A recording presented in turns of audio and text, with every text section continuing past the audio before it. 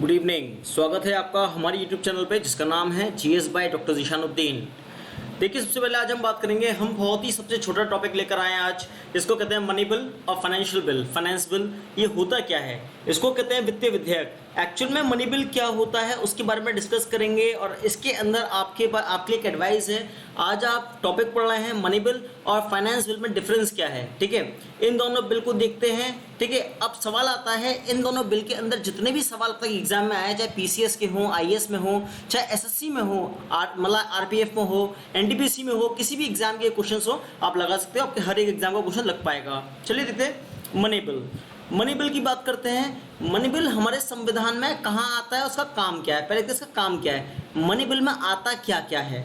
Money bill में आता है बोरोइंग्स। अगर भारत सरकार ने कहीं से उधार लिया है, बात समझना, भारत सरकार ने कहीं से उधार लिया है तो वो क्या होगा, वो बोरोइंग्स का आएंगी मनी बिल में, ठीक है, वित्तीय बिल में।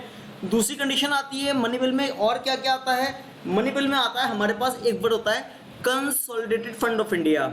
कंसोलिडेटेड फंड ऑफ इंडिया, इसको कहते हैं आपका संचित निधि, भारत सरकार की संचित निधि। Consolidated fund of India, Bharat सरकार की संचित निधि। हमारे संविधान के जो आर्टिकल है, अनुच्छेद है, वो किस आर्टिकल में आता है, ये लोग आप लोगों को पढ़ा चुका हूँ क्लास में, जो लोग मेरे स्टूडेंट हैं वो बताएंगे। इनको नहीं पता तो इसका आंसर बता दूंगा। कंसोलिडेटेड फंड ऑफ इंडिया कौन से आर्टिकल में आता है आप लोग बताएंगे। देखिए दूसरी कंडीशन, अब बात समझना, यहाँ पर consolidated fund of India, Bharat की संचित निधि एक होती है आकस्मिक निधि, कंटीजेंसी फंड ऑफ इंडिया। कौन सा होता है, कंटीजेंसी फंड ऑफ इंडिया। अगर आप लोग नहीं मालूम है तो मैं बता देता हूँ, चलिए आपको।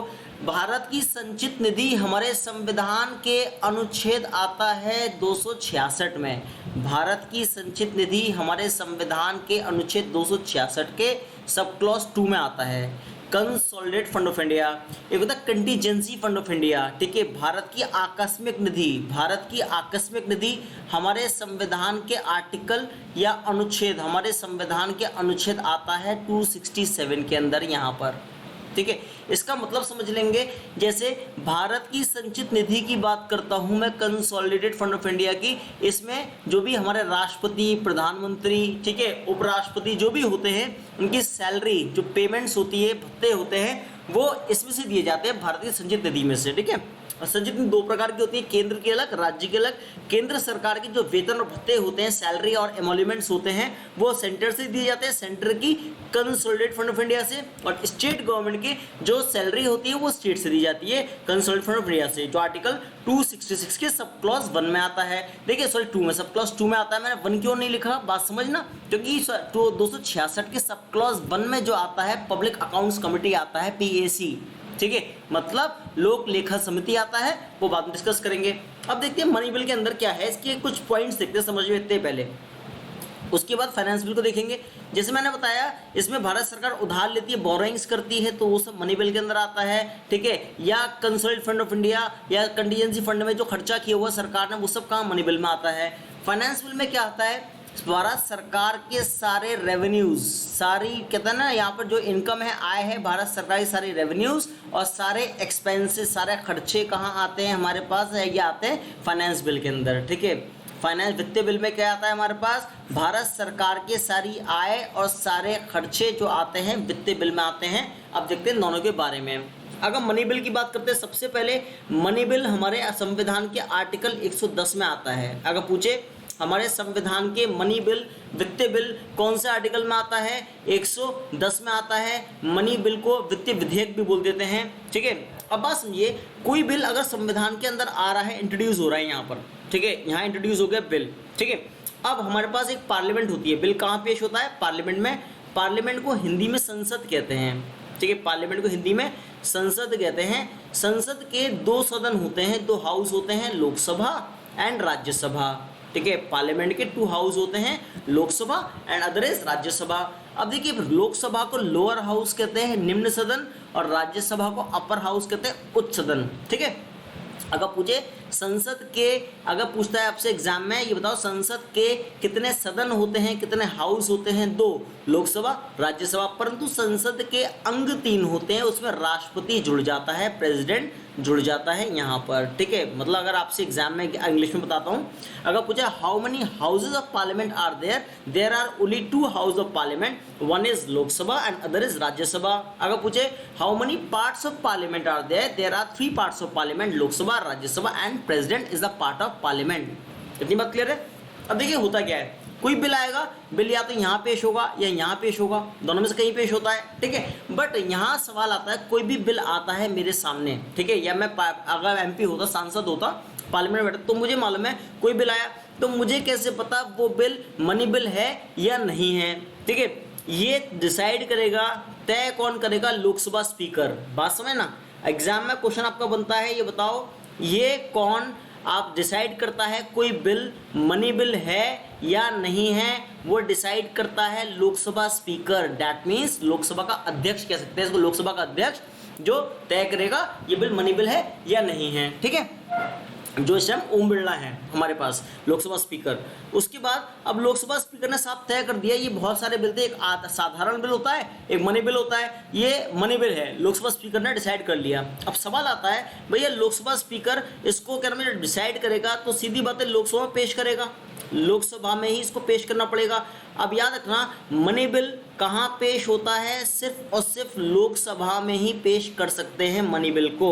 याद रखना, दोबारा बोल रहा हूँ, एग्जाम में बहुत बार क्वेश्चन आता है, ये पूछता है कि मनी बिल को कहाँ पेश किया जाता है, आपका आंसर होगा सिर्फ लोकसभा में पेश किया जा सकता है यहाँ पर, ठीक है। आगे बताऊंगा राज्यसभा में क्यों नहीं होता है। अगर साधारण बिल होता, आम बिल होता, साधारण विधेयक होता, तो वो लोकसभा में भी पेश हो सकता था और राज्यसभा में भी हो सकता था, दोनों में से किसी एक सदन में हो सकता था साधारण विधेयक, ठीक है, नॉर्मल बिल हो सकता था। अब अगर मान लो लोकसभा के अध्यक्ष ने डिसाइड कर लिया ये बिल मनी बिल है, ठीक है, उसके बाद वो लोकसभा में पेश नहीं करेगा लोकसभा का अध्यक्ष, ठीक है। लोकसभा में पेश करने से पहले लोकसभा के अध्यक्ष को राष्ट्रपति की अनुमति लेना पड़ेगी। किसकी? राष्ट्रपति की अनुमति लेना पड़ेगी। अगर आपसे पूछता है ये बताओ कि जो मनी बिल जो पेश होता है लोकसभा में किसकी सहमति से होता है, किसकी अनुमति से होता है? राष्ट्रपति की अनुमति से होता है। कौन सा? आपका ये वाला मनी बिल पेश होता है लोकसभा के अंदर, ठीक है। अब साहब लोकसभा के अंदर पेश हो गया मनी बिल, अब ये आगे बढ़ाएंगे कहाँ? राज्यसभा के अंदर। राज्यसभा पेश नहीं कर सकता, खाली इसको देख सकता है, इसकी जांच पड़ताल कर सकता है। ये आगे जाता है कहाँ? राज्यसभा के अंदर जाता है। राज्यसभा याद रखना पेश नहीं करता, राज्यसभा में देखने के लिए जाता है, पर राज्यसभा इसमें कोई संशोधन नहीं कर सकता, कोई अमेंडमेंट नहीं कर सकता, और राज्यसभा इस बिल को वापस लोकसभा के पास दोबारा चेक करने के लिए नहीं भेज सकता, ठीक है, रिकंसिडरेशन के लिए नहीं भेज सकता। राज्यसभा इसको अधिकार नहीं है मनी बिल के अंदर। अब राज्यसभा इस बिल को, मनी बिल को कितने दिनों तक रोक सकता है? 14 डेज तक, ठीक है। मतलब अगर पूछे राज्यसभा मनी बिल को कितने दिन तक रोक सकता है, ये रोक सकता है सिर्फ 14 दिन तक अपने पास रोक सकता है, और 14 दिन बाद ये मनी बिल डायरेक्टली कहाँ पहुँचता है? प्रेसिडेंट के पास, ठीक है, राष्ट्रपति के पास, और राष्ट्रपति को इसको साइन करना जरूरी है। राष्ट्रपति इस बिल को साइन करेगा, प्रेसिडेंट। अगर प्रेसिडेंट साइन नहीं करता तो ये यहाँ पर हमारे पास आर्टिकल 61 एक्टिव हो जाएगा, इसको कहते हैं महाभियोग, राष्ट्रपति में महाभियोग लगने की संभावना है। क्योंकि संविधान में लिखा है कि अगर कोई भी इंसान, कोई भी व्यक्ति संविधान का उल्लंघन करता है, संविधान का पालन नहीं करता, हमारे कॉन्स्टिट्यूशन का पालन नहीं करता, तो उस बंदे पे क्या होगा? महाअभियोग लगता है, खासतौर प्रेसिडेंट पे, ठीक है। देखो हटाए सब जा सकते हैं, प्रेसिडेंट को हटाते हैं महाअभियोग के द्वारा, ठीक है, मतलब इम्पीचमेंट के द्वारा। प्राइम मिनिस्टर को हटा सकते हैं हम किससे? आपके नॉन कहते हैं ना आपका अविश्वास प्रस्ताव, सॉरी, ठीक है, हिंदी में इसका वर्ड है अविश्वास प्रस्ताव, क्योंकि वहाँ पर हमारे पास बहुत से बच्चे क्या नाम है हिंदी मीडियम के, इसलिए हिंदी के वर्ड इंपॉर्टेंट है। अविश्वास प्रस्ताव के द्वारा प्रधानमंत्री को गद्दी से हटाया जा सकता है। इसको कहते हैं इंग्लिश में नो कॉन्फिडेंस मोशन। क्या कहते हैं? नो कॉन्फिडेंस मोशन इसको कहा जाता है, ठीक है। इतनी बात क्लियर हो गई। अब देखिए कितने सवाल बन गए। पहला सवाल मनी बिल पे बनता है। मनी बिल कौन से आर्टिकल में आता है? आर्टिकल 110 में। ये कौन तय करेगा ये बिल मनी बिल है या साधारण बिल है? लोकसभा स्पीकर तय करेगा। मनी बिल कहाँ पेश किया जाता है? लोकसभा के अंदर। मनी बिल लोकसभा में किसकी सहमति के द्वारा पेश किया जाता है? राष्ट्रपति की सहमति के द्वारा। मनी बिल को राज्यसभा कितने दिनों तक रोक सकता है? 14 दिन तक। वो कौन सा बिल है जिसको राष्ट्रपति को अनुमति देनी अनिवार्य है, राष्ट्रपति इसको वापस नहीं लौटा सकता?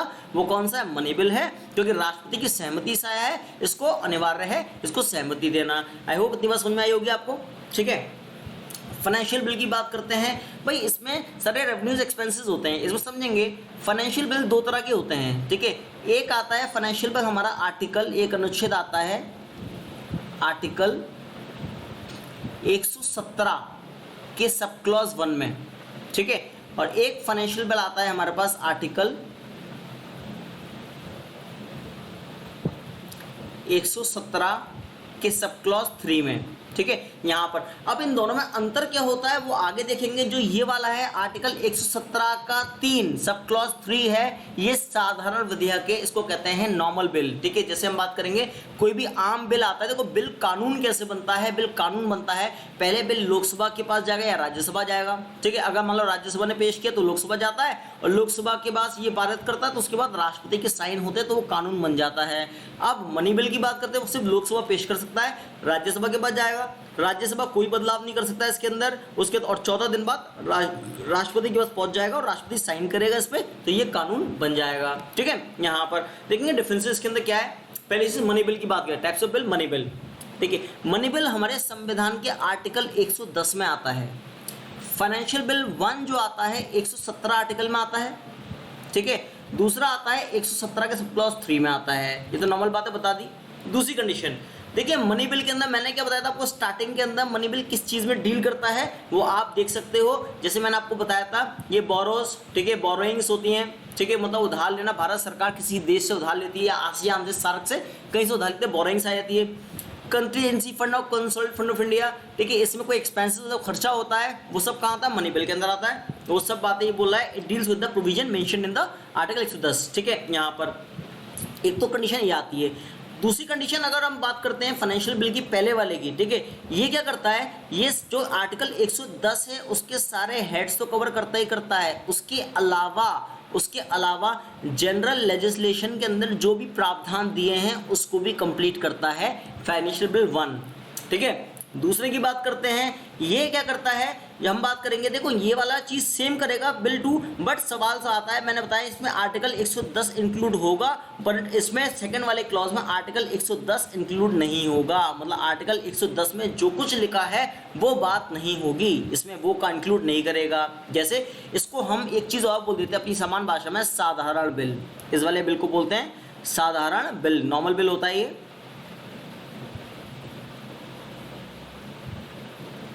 ठीक है, साधारण बिल। दूसरी कंडीशन, अब देखिए मैंने बताया था मनी बिल अगर है तो स्पीकर डिसाइड करेगा, लोकसभा का जो अध्यक्ष होता है, लोकसभा का स्पीकर, वो डिसाइड करेगा ये मनी बिल है या नहीं है, ठीक है, इसके फीचर्स देखकर। बात समझ ना। दूसरी कंडीशन कि अगर फाइनेंशियल बिल कोई सा भी है उसको स्पीकर डिसाइड नहीं करेगा, वो है ऑटोमेटिकली आके पेश हो जाएगा, ठीक है, ऑटोमेटिकली आके पेश हो जाएगा। जैसे हम बात करेंगे जो अगर फाइनेंशियल बिल 1 है तो ये सिर्फ लोकसभा में पेश हो सकता है, और अगर ये वाला बिल है फाइनेंशियल बिल 2, मतलब आम बिल बोल सकते साधारण विधेयक, ये लोकसभा में भी पेश हो सकता है और ये राज्यसभा में भी पेश हो सकता है, ये किसी भी हाउस में पेश कर सकते हैं, ठीक है। यहाँ साधारण बिल को लोकसभा या राज्यसभा किसी भी सदन में पेश कर सकते हैं, पर फाइनेंशियल बिल 1 जो है हमारे पास वित्तीय विधेयक एक जो है वो सिर्फ लोकसभा में पेश होगा, मनी बिल की तरह ही काम कर रहा है। क्यों? क्योंकि इसके अंदर एक क्वालिटी कौन सी है? मनी बिल वाली है, आर्टिकल 110 वाली क्वालिटी है, इसलिए ये लोकसभा में ही पेश होगा, ठीक है। बट इसको पेश करने के लिए खास बात आती है कि इसको स्पीकर से कोई सहमति नहीं चाहिए। अगर हम फाइनेंशियल बिल 1 और 2 की बात करते हैं, इन दोनों बिल को पेश करने के लिए अगर फाइनेंशियल बिल है, भले ये लोकसभा में पेश हो रहा है, बट स्पीकर से सहमति नहीं चाहिए होगी पेश करने के लिए, ना स्पीकर डिसाइड करेगा ये फाइनेंशियल बिल है या नहीं है, ठीक है। बट यहाँ पर तो पहले मनी बिल में स्पीकर डिसाइड कर रहा था, ठीक है।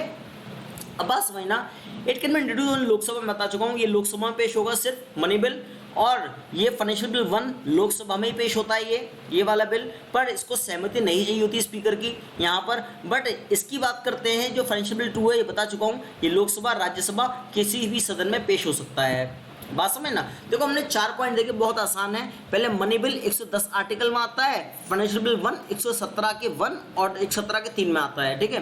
दूसरी कंडीशन, मनी बिल के अंदर बहुत से प्रावधान जो होते हैं आर्टिकल 110 वाले वो इंक्लूड होते हैं। फाइनेंशियल बिल 1 के अंदर 110 वाले प्रावधान के अलावा जनरल लेजिस्लेशन वाले प्रावधान भी होते हैं। बट इसके अंदर बात करते हैं फाइनेंशियल बिल 2 की, उसमें 110 के आर्टिकल के प्रावधान इंक्लूड नहीं होते। तीसरा हम बात करते हैं यहाँ पर ये मनी बिल डिसाइड करता है स्पीकर, ये मनी बिल है या नहीं है।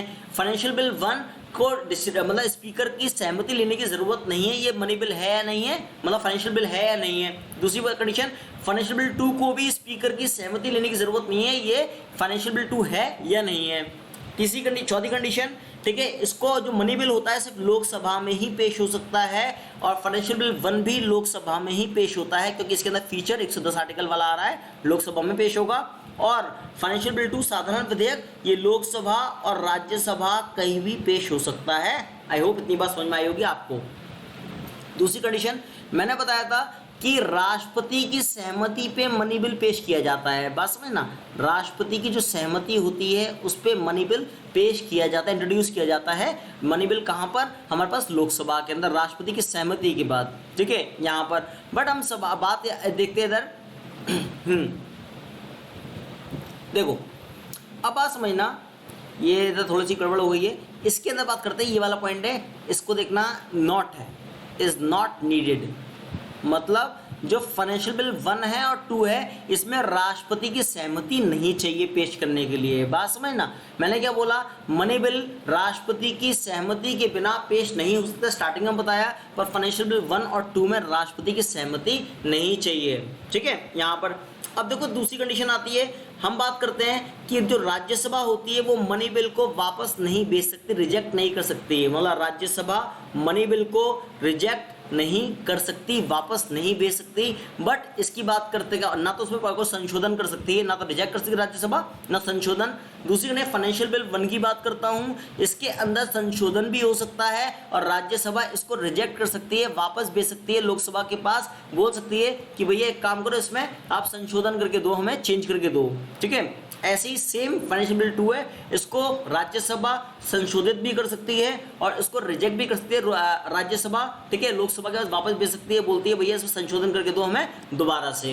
इतनी बात क्लियर है। सातवीं कंडीशन देखो, बात समझना, प्रेसिडेंट कैन नॉट रिटर्न, मतलब बिल लोकसभा गया, लोकसभा ने मनी बिल पेश किया, ये राज्यसभा गया, राज्यसभा 14 दिनों तक मनी बिल को रोक के रख सकता है, ठीक है। फिर राष्ट्रपति के पास गया तो राष्ट्रपति को यहाँ साइन करने ही पड़ेंगे अपने, क्योंकि ये जो लोकसभा ने पेश हुआ था मनी बिल वो राष्ट्रपति की सहमति पे हुआ था पेश, ठीक है, और पेश किया किसने था, लोकसभा स्पीकर ने, ठीक है, यहाँ पर। इसी वजह से president can not return the bill for reconsideration, राष्ट्रपति इस बिल को वापस नहीं लौटा सकता दोबारा पुनः प्रस्ताव के लिए, ठीक है, यहाँ पर। अब अगर हमारे पास फाइनेंशियल बिल 1 है तो इसको राष्ट्रपति वापस लौटा सकता है। ऐसे राष्ट्रपति पे कुछ पावर्स होती है, वीटो पावर्स, ठीक है, यहाँ पर अगर वीटो पावर्स की बात करते हैं आर्टिकल 111 में आती है, आर्टिकल 111 में आती है। उसमें क्या होता है, अगर कोई बिल राष्ट्रपति के पास जाता है, राष्ट्रपति क्या कर सकता है, उस बिल को वापस भेज सकता है जिस सदन ने पेश किया है, मनी बिल को छोड़कर, ठीक है, जिस सदन ने पेश किया उस बिल को वापस उसी हाउस में भेज सकता है, बोलता है संशोधन करके लाओ। और राष्ट्रपति किसी बिल को सिर्फ एक बार ही लौटा सकता है, ठीक है।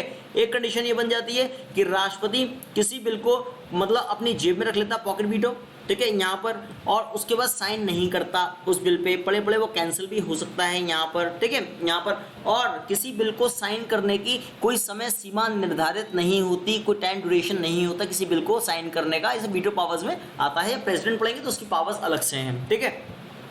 अब देखिए ध्यान से, इधर दूसरी कंडीशन देखते हैं यहाँ पर। इसमें हमने बोला फाइनेंशियल बिल 1, फाइनेंशियल बिल 1 की बात करता हूं मैं, यहाँ पर president can return this bill for reconsideration, राष्ट्रपति इसको वापस भेज सकता है। इसके अंदर लोकसभा या राज्यसभा जिसने पेश किया है, सॉरी ये वाला तो लोकसभा ने पेश किया है, लोकसभा के पास वापस भेज सकता है और दोबारा चेंज करने के लिए, प्रस्ताव करने के लिए, बताया था मैंने, अमेंडमेंट कर सकते हैं कि लिखा है अमेंडमेंट कर सकते हैं, राष्ट्रपति भी वापस भेज सकता है इसको। बट हम बात करते हैं दूसरा फाइनेंशियल बिल 2 की बात करते हैं, फाइनेंशियल बिल 2 की बात करते हैं। President can return this bill for reconsideration, राष्ट्रपति इस बिल को भी वापस भेज सकता है। लोकसभा ने पेश किया तो लोकसभा के पास भेजेगा, राज्यसभा ने पेश किया है तो राज्यसभा के पास भेजेगा। ठीक है, यहाँ पर अगर मान लीजिए किसी बिल पे विवाद चल रहा है, किसी बिल पे विवाद चल रहा है, इशू चल रहा है कोई, ठीक है, जब विवाद चल रहा है तो किस बिल, उस विवाद को सुलझाने के लिए एक होती है ज्वाइंट सिटिंग, ठीक है, joint sitting of both the house, मतलब लोकसभा राज्यसभा की संयुक्त बैठक। याद रखना आज तक हमारे संविधान में संयुक्त बैठक जो हुई है 3 बार हुई है। ठीक है, सबसे पहली बार ज्वाइंट सिटिंग हुई थी 1961 में, दूसरी हुई थी 1978 में, ठीक है, तीसरी हुई थी 2002 में। लोकसभा राज्यसभा एक साथ कब बैठते हैं? जब किसी बिल पे मुद्दे पे चर्चा होती है और अगर मान लो लोकसभा ने पेश करा तो वो आगे बढ़ा ही नहीं रहा है, बिल को राज्यसभा तक पहुंच ही नहीं रहा है, ठीक है, और राज्यसभा के पास पहुंच गया तो राज्यसभा आगे नहीं बढ़ा रहा तो विवाद हो गया किसी बिल पे। कुछ आधे लोग बहुमत पे कहते हैं हाँ ठीक है बिल इसको पास करो, आधे कहते हैं नहीं करो, तो ये लटका हुआ है बीच में। ठीक है, यहाँ पर अब जो 1961 का बिल था वो कौन सा था? डाउरी एक्ट का, मतलब दहेज प्रथा पे बिल था 1961 वाला, उस बिल पे मुद्दा हुआ था। तो यहाँ ज्वाइंट सिटिंग हुई थी और ज्वाइंट सिटिंग बुलाने का, संयुक्त बैठक बुलाने का अधिकार सिर्फ राष्ट्रपति को होता है। ज्वाइंट सिटिंग बुलाने का अधिकार एग्जाम में पूछेगा किसको होता है?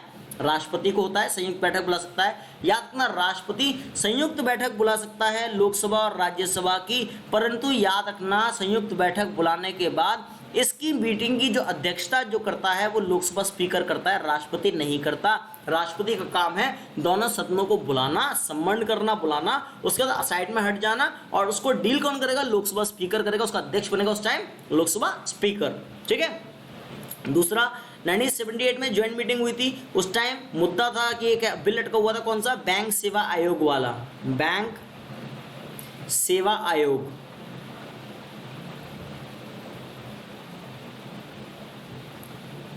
ठीक है, बैंक सेवा आयोग। और तीसरा है हमारे पास 2002 में जो बिल अटका था, ज्वाइंट सिटिंग हुई थी पोटा, मुद्दा था पोटा।